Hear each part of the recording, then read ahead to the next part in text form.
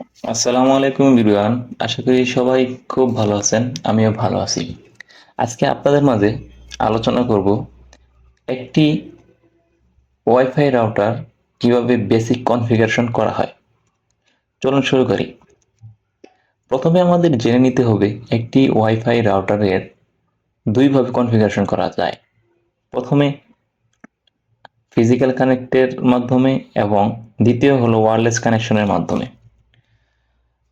তো ফিজিক্যালি কানেকশনের মাধ্যমে যখন আমরা কানেক্ট করব তখন ইউটিউবি কেবলের মাধ্যমে রাউটারের ল্যান পোর্ট এবং ল্যাপটপের ল্যান পোর্টের সাথে কানেক্ট থাকতে হবে।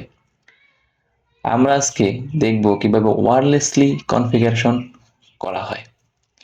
ওয়্যারলেস কনফিগারের জন্য আমাদের প্রথমে যেতে হবে নেটওয়ার্ক অ্যাডাপ্টার অপশনে। যাওয়ার পর আমরা কি করব, এখান থেকে ওয়াইফাই অন করব।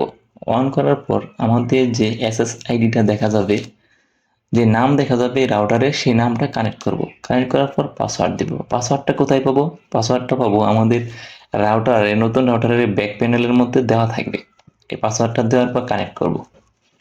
কানেক্ট হয়ে গেলে দেখি আমরা এখন এই কম্পিউটার কানেক্টেড হওয়ার পর নেট আছে কিনা। তো প্রাথমিক অবস্থায় নেট নাই, দেখা যাচ্ছে এখানে কোনো নেট নাই। আমরা এখন কনফিগারেশনটা করে নিব।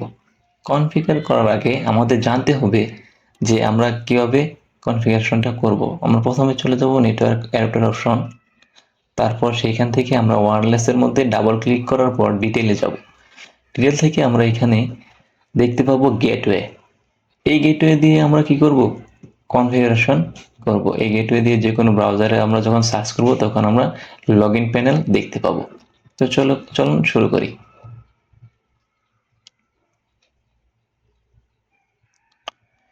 আমরা যে কোনো একটা ব্রাউজার ওপেন করলাম।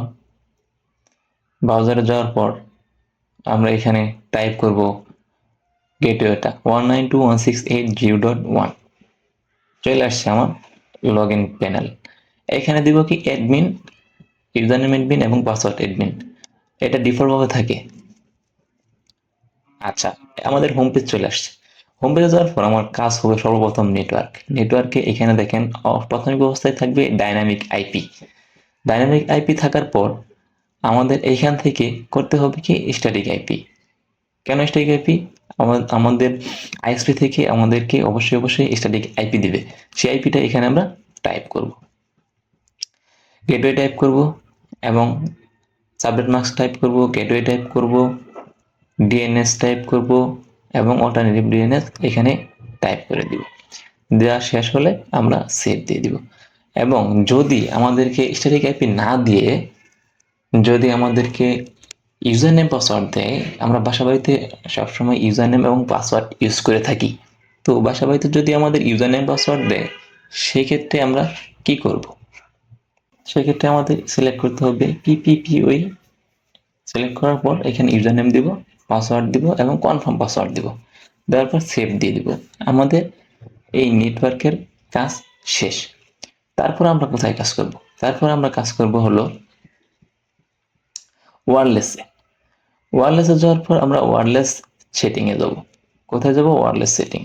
ওয়্যারলেস সেটিংয়ে এইখানে নেটওয়ার্ক নেম থাকবে, এটাকে বলে আমরা এসএসআইডি, সেটা চেঞ্জ করব। তারপর যাব আমরা হলো ওয়্যারলেস সিকিউরিটি। সিকিউরিটি যাওয়ার পর ওয়্যারলেস সিকিউরিটি দিব। দেওয়ার পর এখানে সেভ দিয়ে দিব।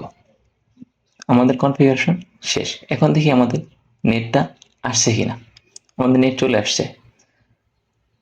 তো দেখেন, দেখতে পাচ্ছি আমাদের নেট রানিং। এইভাবে আমরা একটি রাউটার বেসিক কনফিগারেশন করতে হবে শুধুমাত্র নেটওয়ার্ক নিয়ে আসার জন্য। Thank you everyone. আসসালামু আলাইকুম।